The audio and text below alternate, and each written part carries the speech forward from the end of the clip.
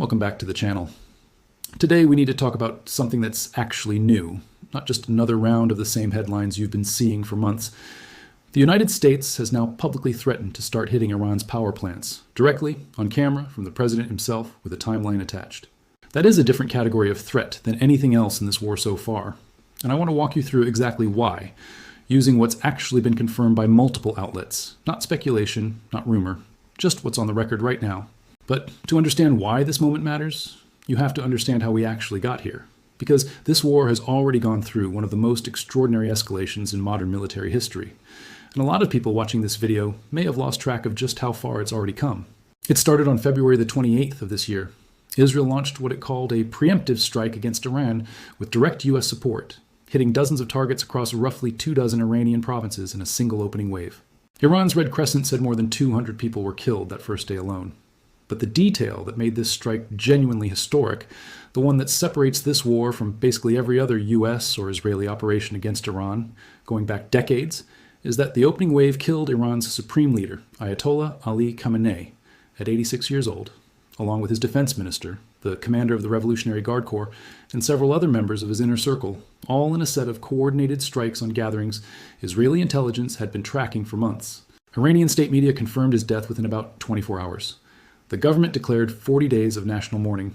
Reaction inside Iran was genuinely split. Plenty of footage of people celebrating in the streets, and plenty of footage of people mourning, sometimes just blocks apart from each other, which tells you something about how divided Iranian society already was before any of this happened. Khamenei had run Iran since 1989. He wasn't just a religious figurehead. Under Iran's constitution, the supreme leader holds ultimate authority over the military, the judiciary, and state broadcasting above the elected president. So killing him wasn't just removing one man, it was decapitating the top of the entire Iranian power structure in a single morning. And multiple foreign policy analysts said at the time, correctly as it's turned out, that killing Khamenei was not the same thing as regime change, because the Revolutionary Guard Corps, not any one individual, is the actual backbone of the system. That's proven true. Iran didn't collapse. It reorganized, and by most accounts, a successor process installed a new supreme leader from within Khamenei's own family line. And the state kept functioning, kept fighting, and kept negotiating, all at the same time over the months that followed. That opening month of war ran hot, strikes and counterstrikes across the region, until a ceasefire took hold in early April. Then, in mid-June, the US and Iran signed a memorandum of understanding, a framework meant to be a real step toward ending the war for good and addressing Iran's nuclear program long-term. For about 3 weeks, that held, or at least mostly held, with the occasional exchange of fire that both sides insisted didn't violate the truce. Then, on July the 9th and 10th, it fell apart. Trump declared the ceasefire over. CENTCOM announced additional strikes within hours. He formally notified Congress that military action had resumed, which, under the War Powers Act, starts a legal clock. The administration gets 60 days to operate, with a possible 30-day extension before it's supposed to go back to Congress for explicit authorization.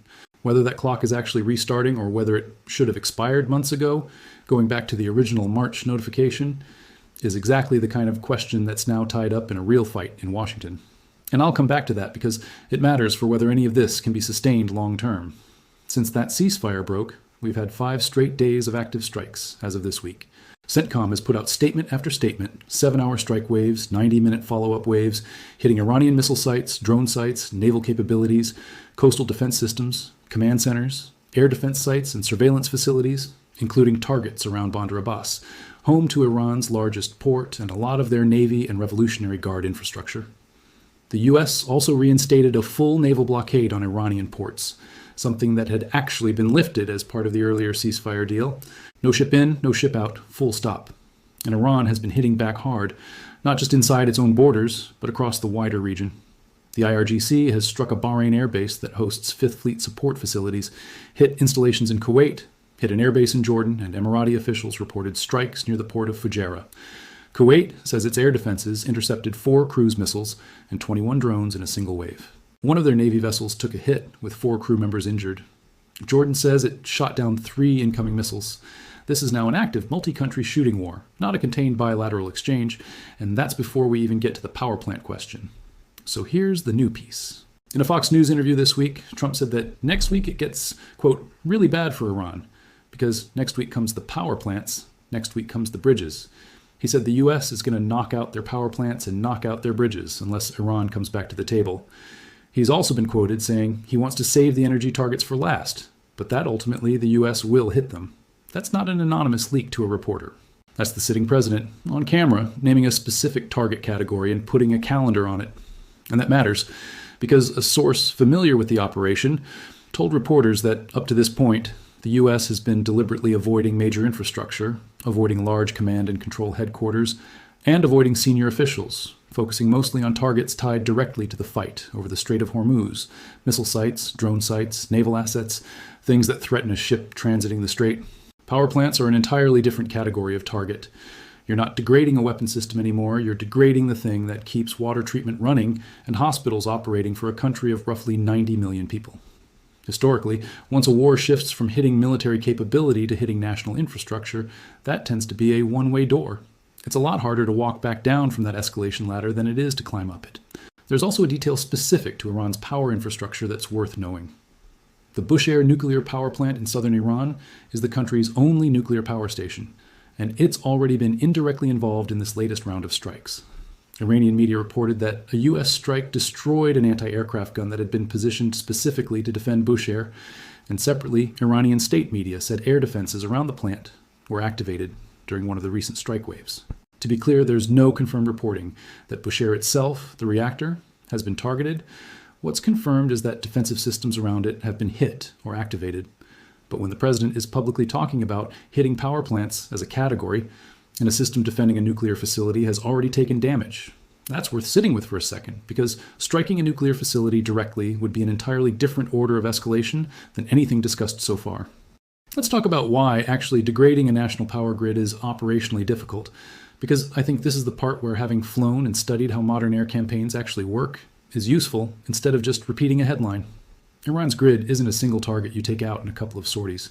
It's a distributed network spread across a large mountainous country, generation plants, transmission substations, regional distribution nodes. To meaningfully cripple national power capacity, you're not talking about one raid, you're talking about a sustained campaign against dozens of individual targets, repeated over time, because grids get repaired and rerouted faster than people outside the field usually expect. The U.S. ran a campaign like this before, in the opening phase of the Gulf War in 1991, where a huge share of the air effort went into exactly this, power generation and transmission, specifically to cripple Iraq's command and control ability. It worked in the sense that it degraded Iraqi communications fast. It also took years for large parts of Iraq's civilian grid to fully recover, and that gap between quick military benefit and slow civilian recovery is exactly the kind of thing military planners have to weigh before greenlighting a campaign like this again. There's also a straightforward geography problem. Big parts of Iran are mountainous, and transmission infrastructure running through that terrain isn't always easy to reach efficiently by air without accepting real risk, even against an Iranian air defense network that's already been degraded by months of fighting. So the realistic version of next week comes the power plants. Probably isn't some single dramatic night where the whole country goes dark all at once. It's more likely an expanding target list layered on top of what's already happening, hitting specific generation facilities and substations tied to the areas where the fighting's concentrated, the Gulf Coast, the Strait of Hormuz corridor, before it would ever become a genuinely nationwide blackout campaign, if it gets there at all. Now, Iran's response to all of this has been to threaten regional energy exports right back. The IRGC put out a statement saying that if the U.S. keeps trying to control the Strait of Hormuz by force, regional energy exports are going to be, paraphrasing their language, for everyone or for no one. That's a not very subtle threat to disrupt oil and gas flows more broadly across the Gulf, not just through the strait. And markets are already pricing some of that risk in. Brent crude has been trading above $85 a barrel, more than 15% higher than before the war started, though still well under the nearly $120 it hit at the worst point of the conflict back in the spring. So traders are pricing in real risk, but not yet a full-blown supply shock, which tells you the market still thinks there's a real chance this doesn't spiral all the way. You can also see the risk showing up outside the financial markets entirely. Multiple international airlines have suspended or canceled flights across the region. Air Canada has pulled its Tel Aviv and Dubai routes into the fall. Aegean Airlines has pulled Dubai flights and separately pulled Erbil and Baghdad flights for months. When the industries whose entire job is pricing risk in this exact part of the world start making decisions like that, that tells you something the headlines alone don't always capture. Now, let's talk about the political fight happening back in Washington, because this part actually shapes whether any of this escalation is sustainable, and it's been almost totally drowned out by the strike coverage. When Trump notified Congress on July the 10th that military action had resumed, it reopened a legal argument that's been simmering for months. Under the War Powers Act, the president is supposed to get congressional authorization for sustained combat operations, and Trump's original March notification's 60 and 90-day windows had already expired by the time he declared the ceasefire over in July. Whether restarting hostilities restarts that clock, or whether Congress needs to vote fresh authorization, is genuinely contested right now, and it's not a partisan side note. Some of the pushback has come from inside Trump's own party. The Senate actually passed a war powers resolution last month calling for U.S. forces to be removed from hostilities against Iran unless Congress explicitly authorizes further action, with 4 Republican senators crossing over to join nearly the entire Democratic caucus. That's a 50-48 vote, and it followed 9 previous attempts at a similar resolution that never got the votes before. It's non-binding. The White House has said publicly it carries no legal force and won't reach the president's desk. But symbolically, that's the sharpest pushback Congress has delivered on this war since it started. And that fight is now colliding directly with money. The White House has asked Congress for $67 billion in emergency supplemental funding for the Pentagon tied to this war. Democrats have signaled they're not willing to hand that over without a real authorization vote, with one senior Senate Democrat on the Armed Services Committee putting it bluntly that until Congress authorizes this conflict, he doesn't think it should be subsidized. A defense authorization bill that was supposed to move through the Senate this week already got blocked in a 50-46 vote along mostly party lines. So you've got a president publicly threatening to expand the target list to power plants and bridges at the exact moment his own party is starting to fracture over funding a war that polling shows is deeply unpopular with voters heading into a midterm election year. That tension is very much part of the real story here, not a side issue. So where does that actually leave us?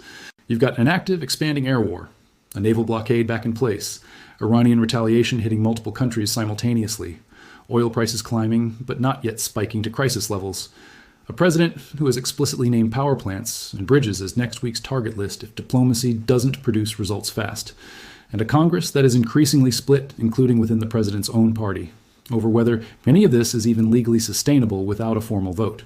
My honest take, and I want to be clear this is opinion, not reporting, is that publicly threatening infrastructure like this functions as a pressure tactic in its own right.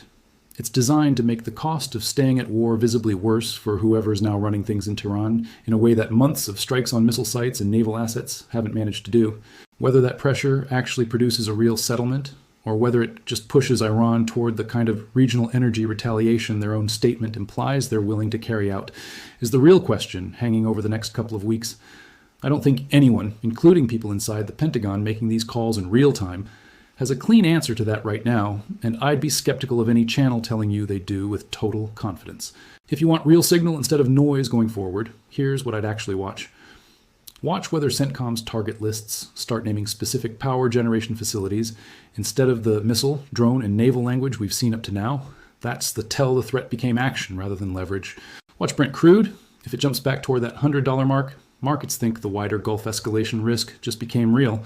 Watch whether Iran follows through on that for everyone or for no one line by hitting Gulf state energy infrastructure directly rather than just U.S. military bases, because that's the moment this stops being a bilateral fight and becomes a global energy story.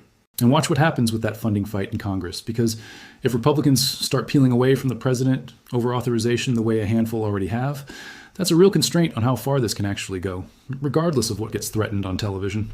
I know plenty of channels are going to cover this with the loudest, scariest framing they can find, because that's what gets clicks fastest. My goal here was to actually walk you through what's confirmed, how a power plant campaign would realistically unfold from an operational standpoint, and why the political fight in Washington matters just as much as the fight in the Gulf.